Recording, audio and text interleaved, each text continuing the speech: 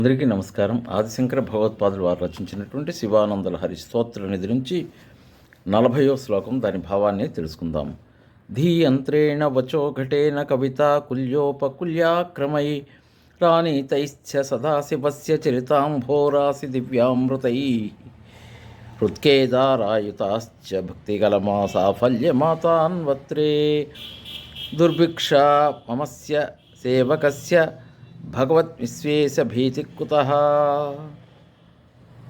పాతకాలంలో ఏతం ద్వారా నదుల్లో నుంచి, చెరువుల్లో నుంచి నీటిని తీసి కాలువల ద్వారా పొలాలకు పంపించినట్లయితే పంటలు బాగా పండేవి. ఇక్కడ మన యొక్క శరీరం అనేటటువంటి ఈ క్షేత్రంలో హృదయం అనేటటువంటి ఒక పొలం ఉన్నదయ్యా.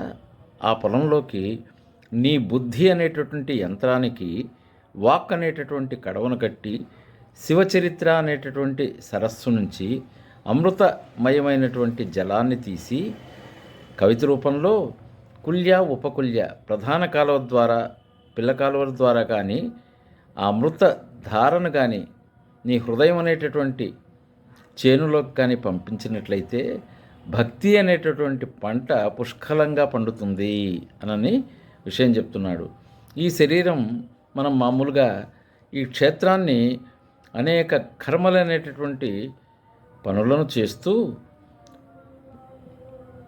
సుఖదుఖాలకు లోనవుతుంటాం. ఈ సుఖదుఖాలకు కారణమైనటువంటి ఈ శరీరం శాశ్వతం అని అనుకుంటుంటాం.